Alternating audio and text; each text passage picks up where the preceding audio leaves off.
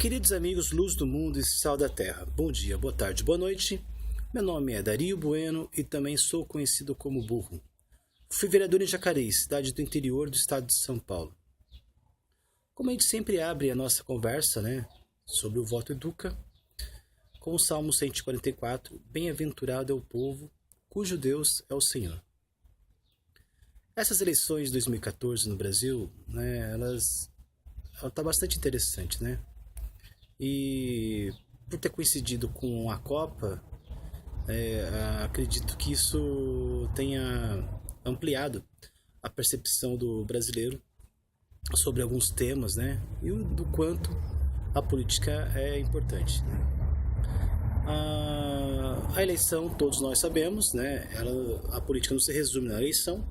A eleição é um evento político que, assim, pode ser melhor e dar mais condições para a sociedade se desenvolver se todos participarem. O voto nulo é tudo o que os oportunistas querem, porque assim eles conseguem ser eleitos com menos votos do que seria necessário se todos participassem. E também, com um número reduzido de eleitores, a eleição acaba se tornando previsível, o que é ótimo para os financiadores de campanha. E aí a gente precisa entender que todo investimento espera um retorno. E os financiadores de campanha, eles são sempre os mesmos.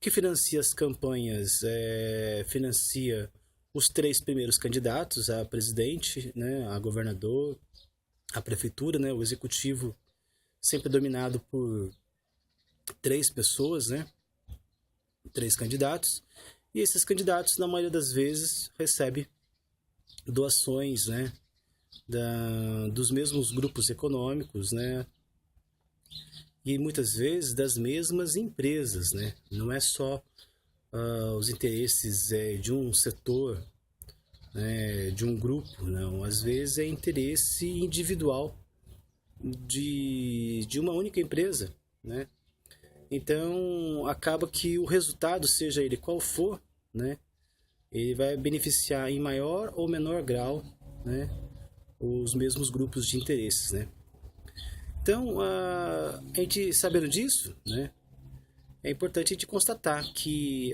a imprensa, ela só dá cobertura, ou 90% da cobertura é para o cargo executivo, porque é onde realmente concentra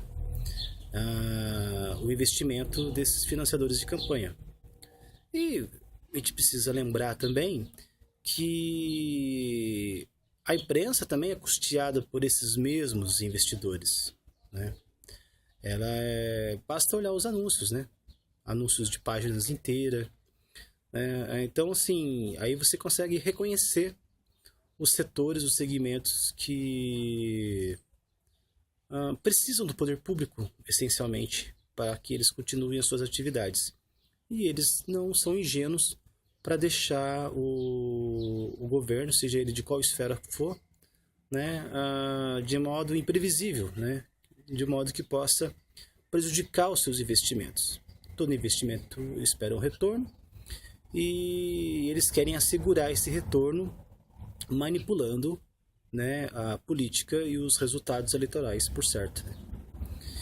E aí, existe uma coisa bastante comum no Brasil, um evento que a gente pode fazer uma analogia com a eleição do executivo. E também é onde a gente tem o maior, é concentrada a atenção da imprensa e, como consequência, também recebe nossa maior apreciação. Esse evento é o rodeio. O rodeio, existem 3 figuras principais. Você tem o touro, que é a oposição, Você tem o peão, que é o vencedor, que sempre que é o governo, o peão. Aí, dessas figuras de touro e peão, você tem o salva-vidas do peão, que é o palhaço do rodeio, né? Então, você pode ver que a dinâmica das eleições, seja ela para prefeito, para governador, para presidente da república, né? Tudo que se refere ao executivo, se apoia nessas três figuras, né? No peão, que é o governo, no touro, que é o candidato mais expressivo de oposição, e a terceira via, que é o salva-vidas, né? Que é o palhaço do rodeio.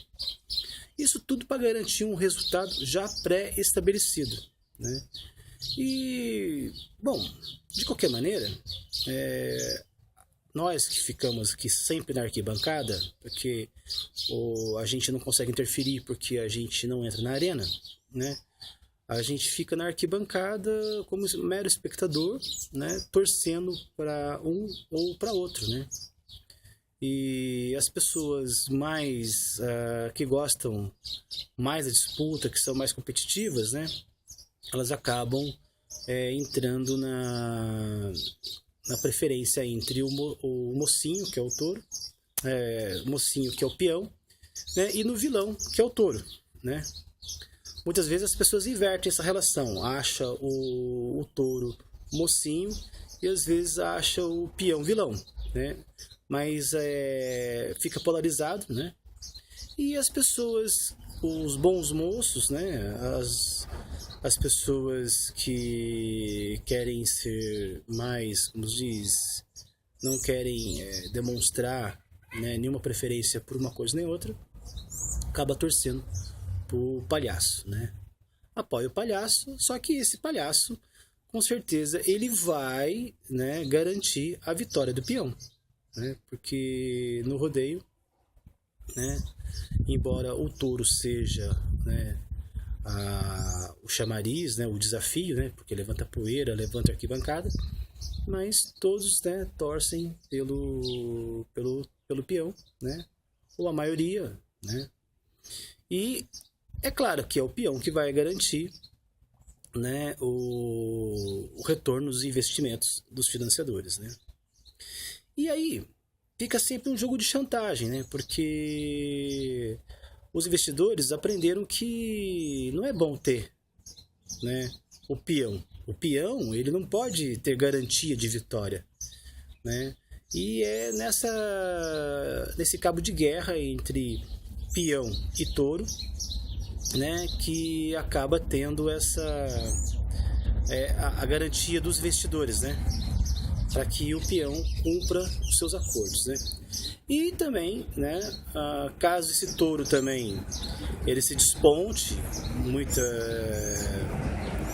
mais do que o peão, né, se ele consegue ter assim um maior prestígio porque a rejeição é muito grande, você tem um salva-vidas que vai puxar esse touro para baixo, né, no quadro eleitoral, né?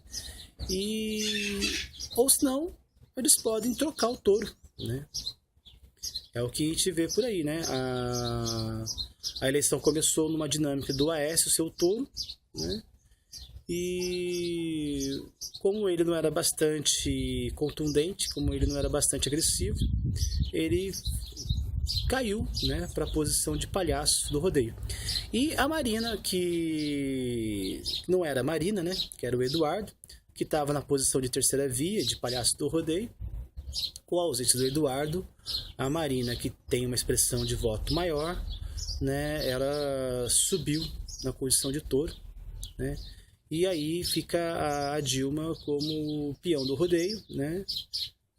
Tendo que ceder às pressões de tudo que é lado para ela poder garantir, né, a sua posição de primeiro do ranking.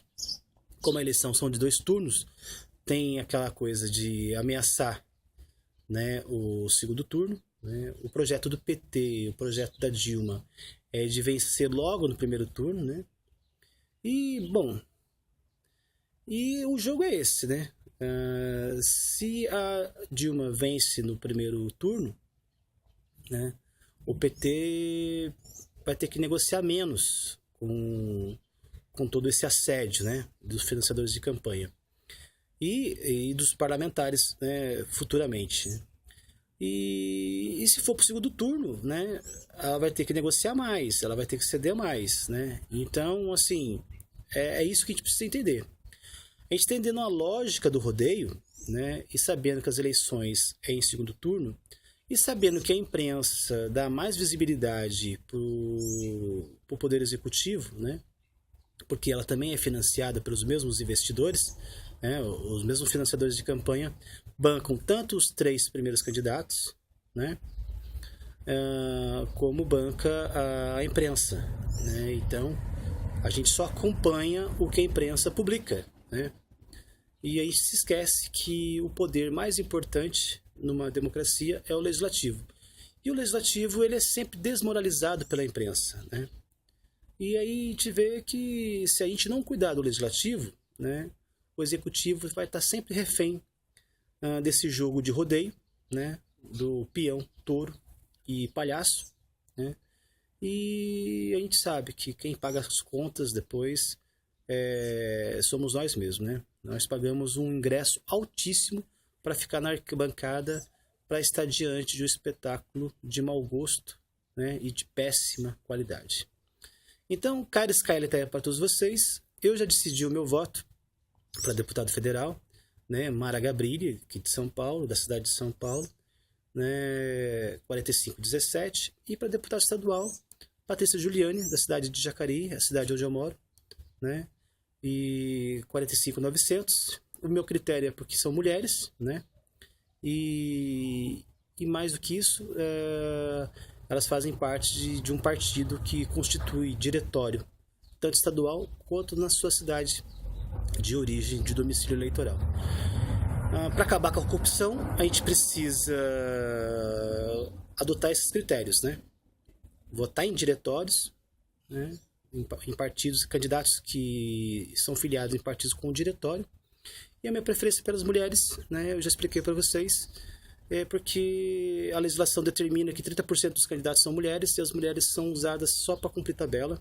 E a gente sabe que as mulheres não devem ser humilhadas nesse ponto, a gente precisa valorizá-las. E a gente pode fazer isso com o nosso voto. Cara Skyler para todos vocês, né? E o voto educa.